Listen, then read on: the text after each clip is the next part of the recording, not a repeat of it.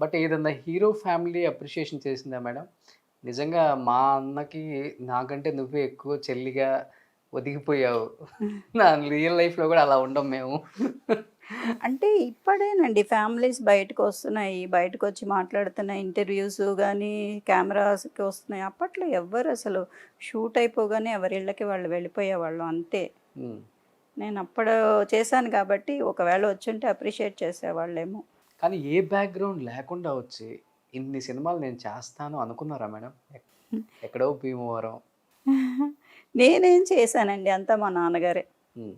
నేనేం చేయలా. ఆయన హోల్ లైఫ్ నేను. అంతే. ఆయన హోల్ లైఫ్ సాక్రిఫైస్ చేస్తే ఎన్ని కంపెనీస్‌కి తిరిగారు, ఎంతమందిని అప్రోచ్ అయ్యారు, ఎంత కష్టపడ్డారో అంతా మా నాన్నగారే. నేను ఓన్లీ డాల్ బొమ్మ. ఆయన ఇన్ని పిక్చర్స్ చేసినా, ఇన్ని క్యారెక్టర్స్ చేసినా ఊరికినే ఆయనే మొత్తం.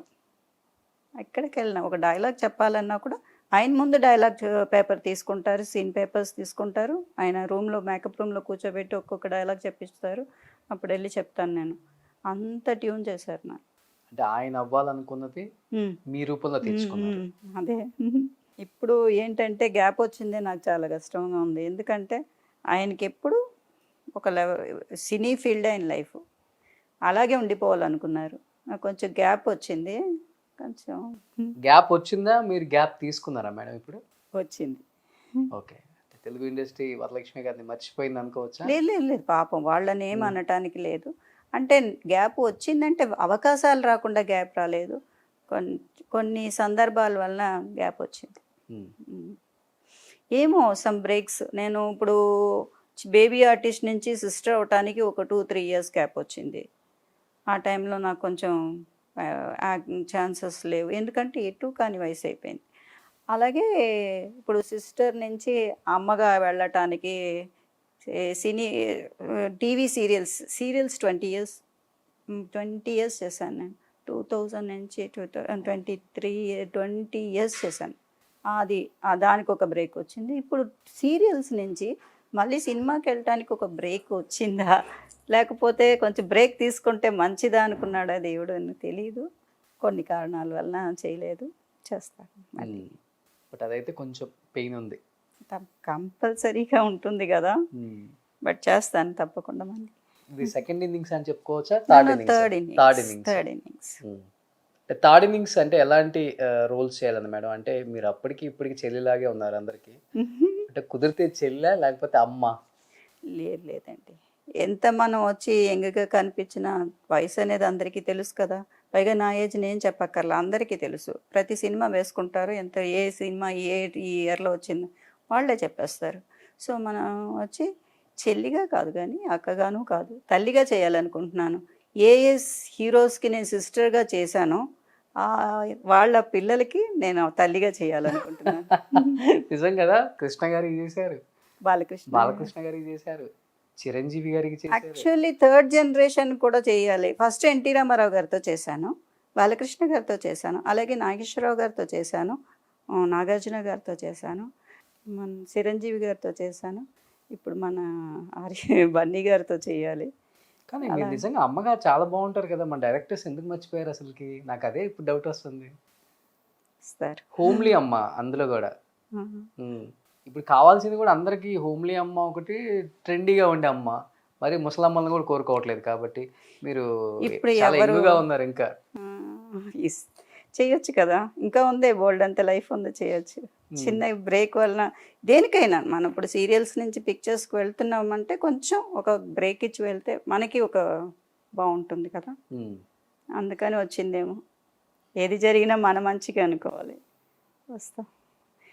అండ్ అందరూ వచ్చేసారు కదా! మనం మా మా గ్రూప్ అంతా వచ్చి తులసి గారు గానీ, రోహిణి గారు గానీ అందరూ నా తర్వాత వచ్చిన వాళ్ళు అయినా కూడా వాళ్ళు వచ్చేసారు.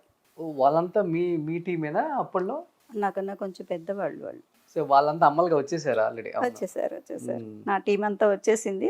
రావాలి నేను. బట్ అప్పుడు పీక్‌లో ఉన్నప్పుడు గూడా చెల్లెలుగా వందల కొద్దీ సినిమాలు చేస్తున్నప్పుడు పీక్‌లో ఉన్నప్పుడు గూడా వరలక్ష్మి గారు 19 సంవత్సరాలకే పెళ్లి చేసుకోవడం వల్ల బ్రేక్ వచ్చేసింది అనేది కూడా బాగా అవునండి. వచ్చింది టాక్ అది. అవునండి. అంటే చేసుకోవాల్సి వచ్చిందా? లేకపోతే ఇంట్లో వాళ్ళ బలవంతం వల్ల మంచి సంబంధం కాబట్టి చేసుకోవాల్సి వచ్చిందా? లేకపోతే మీకు లవ్ మ్యారేజ్ కాబట్టి ఎమ్మటే ఒప్పుకోరేమో మళ్ళీ అని చెప్పి చేసుకోవాల్సి వచ్చిందా?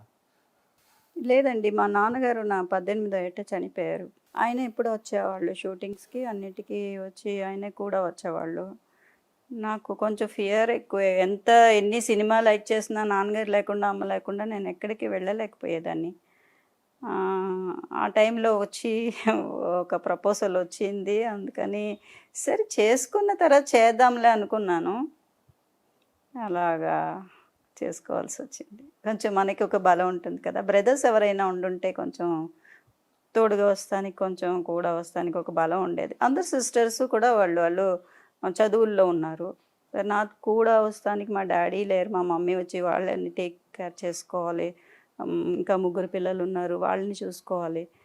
నాకొక సపోర్ట్ ఉంటుందని చేసుకున్నాను. నేనే చేసుకున్నాను. 19 ఇయర్స్‌కే. 19 ఇయర్స్‌కి. షాక్ ఇచ్చేసారు ఇండస్ట్రీ మొత్తానికి ఒక్కసారిగా. లవ్ మ్యారేజా మేడం? అరేంజ్డ్ మ్యారేజా? ఆయన లవ్ చేశారు. నేను పెళ్లి చేసుకున్నానండి. అబ్బా! ఇంత అందమైన మా హీరోయిన్‌ని కొట్టేసిన అందగాడు ఎవరు? విశ్వనాథ్. ఏ సినిమా చూసి లవ్ చేశారు మేడం ఆయన? ఆయన సినిమా చూడలేదు. ఆయన ఒక న్యూస్ అప్పుడు పేపర్ కటింగ్స్ ఉంటాయి కదా! నేనప్పుడు ఒక 'సొంతం 16' అని ఒక పిక్చర్ చేశాను. అదొచ్చి అన్నీ మలయాళం పిక్స్‌లో కూడా వెళ్ళింది. అక్కడ కేరళ అటు పాలక్కాడు అటు సైడ్ కూడా మా పత్రికలు వెళ్తాయి కదా! ఆ పత్రికలో సెంటర్ పేజ్‌లో నా ఫోటో చూసి ఆయన ప్రపోజ్ చేశారు. నెంబర్ ఏమైనా ఇచ్చారేంటి దాంట్లో? నెంబర్ ఏమి ఇవ్వలే. వాళ్ళు తెచ్చుకుంటారు కదా! ఆర్టిస్ట్ కదా! ఓకే. ఆయన మలయాళీయా? అవునండి. మలయాళీయా ఆయన? ఆ! తమిళియన్ కదా? తమిళియన్ కాదు. మలయాళీ. Is okay. మలయాళీ. అంటే వాళ్ళు కూడా వచ్చి పాలక్కాడు కోయంబత్తూర్ సైడ్ సెటిల్ అయిపోయారు. ఏం చేస్తారు madam sir? Doctor. Doctor, actor. భలే షింక్ అయింది. ఏంటి specialisation? General physician. MD. MD. ఇక్కడే సాది హాస్పిటల్. అవును. చెన్నైలో హాస్పిటల్. ఇప్పుడు. అవును. ఎస్ఆర్ఎంలో పనిచేశారు. ఇప్పుడు వచ్చి సపరేట్ క్లినిక్ పెట్టుకున్నారు. సో డాక్టర్ కాబట్టి ప్రపోజల్ ఫస్ట్‌కే యాక్సెప్టెడ్. యాక్సెప్ట్ అంటే తొందరగా చేసుకోలేదండి. 18 ఇయర్స్ నుంచి ప్రాకులాడిది 19 ఇయర్స్‌కి చాలా కష్టపడి ఒప్పించి చేసుకున్నారు. ఎలా ఉంటుంది మేడం సార్‌కి అండర్‌స్టాండింగ్? అంటే మీరేమో ఇంకొక ఫీల్డ్, ఆయన ఒక ఫీల్డ్. లేదండి. ఆయన చాలా ఎంకరేజ్ చేస్తారు. యాక్ట్ చేయమని చెప్తారు. ఆయన ప్రాబ్లం ఏం లేదు. ఎప్పుడు ఎక్కడైనా వెళ్ళి నువ్వు చేసుకో నమ్మకం ఎక్కువ. ఆయన ఎంకరేజ్ చేయబట్టి నేను ఇంకా చాలా సీరియల్స్ చేశాను. అప్పుడు చాలా పిక్చర్స్ కూడా పెళ్ళైన తర్వాత ఆమె చేశాను. మాతో పెట్టుకోవద్దు, ఆడవాళ్ళ మజాక, ఆ పిక్చర్స్ అన్నీ కూడా చేశాను. అవన్నీ మ్యారేజ్ అయ్యాయి. పాపని కొంచెం పాప దగ్గర ఉండాలి అన్న ఒక మైండ్ సెట్లో కొంచెం సినిమాలకి వెళ్ళాలి. సీరియల్స్ అంటే ఇక్కడే ఉండేవి కదా!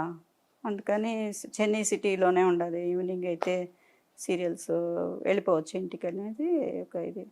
పాప దగ్గర ఉండాలని ఒక కోరిక.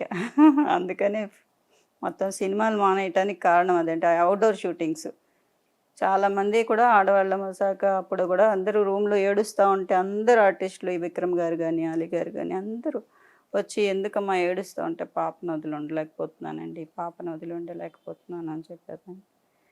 సరే అందుకని అనుకున్నాను. సరే కొన్ని అలా ఫీల్డ్ బ్రేక్ ఇచ్చేసారు మీరే కావాలని. వద్దు వద్దు అంటే ఇంకా చేయట్లేదు అనేసి వాళ్ళకి ముద్ర అయిపోయింది కదా. దాని తర్వాత సీరియల్స్ చేస్తాం. ఒకే ఒక పాప మేడం? ఓకే. ఒక పాప. ఏం చదువుతున్నారు? మ్యారేజ్ అయిపోయింది తను. పాపకి ఎన్ని ఇయర్స్ చేశారు?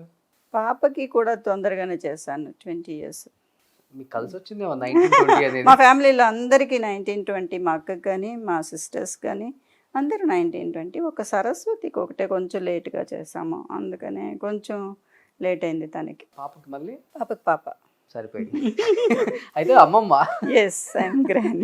ఇప్పుడు ఇబ్బంది లేదు, అమ్మకి చేయొచ్చు మీరు, ఇంకా ప్రమోషన్ తీసుకోండి. నేను తను గ్రాండ్ డాటర్గా చెప్పకూడదు అంటే అదేంటో నాకు అర్థం కాదు. I'm your daughter, don't tell me grand daughter. ఎన్ని ఇయర్స్ పాపకి? 9. 9 ఇయర్స్ వచ్చేసాయా? అయ్యయ్యో. ఎందుకు మేడం అప్పుల్లో ఒకే పాపతో సరిపోయిద్ది అనిపించిందా లేకపోతే? లేదండి. ఏమో తోచలేదు. ఒక పాప చాలనుకున్నాను. హ్మ్. నాకు చాలామంది పాపలున్నారు. మా నాన్నగారు చనిపోయిన తర్వాత నా చెల్లెళ్ళందరూ నా పాపలే. హ్మ్. ఇంకొక పాప చాలు. చాలా పాపలు. నలుగురు పాపలయ్యారు అప్పటికి. సుమన్ టీవీలో మీ పర్సనల్ అండ్ బిజినెస్ ప్రమోషన్స్ కోసం కింది నెంబర్కి కాంటాక్ట్ చేయండి.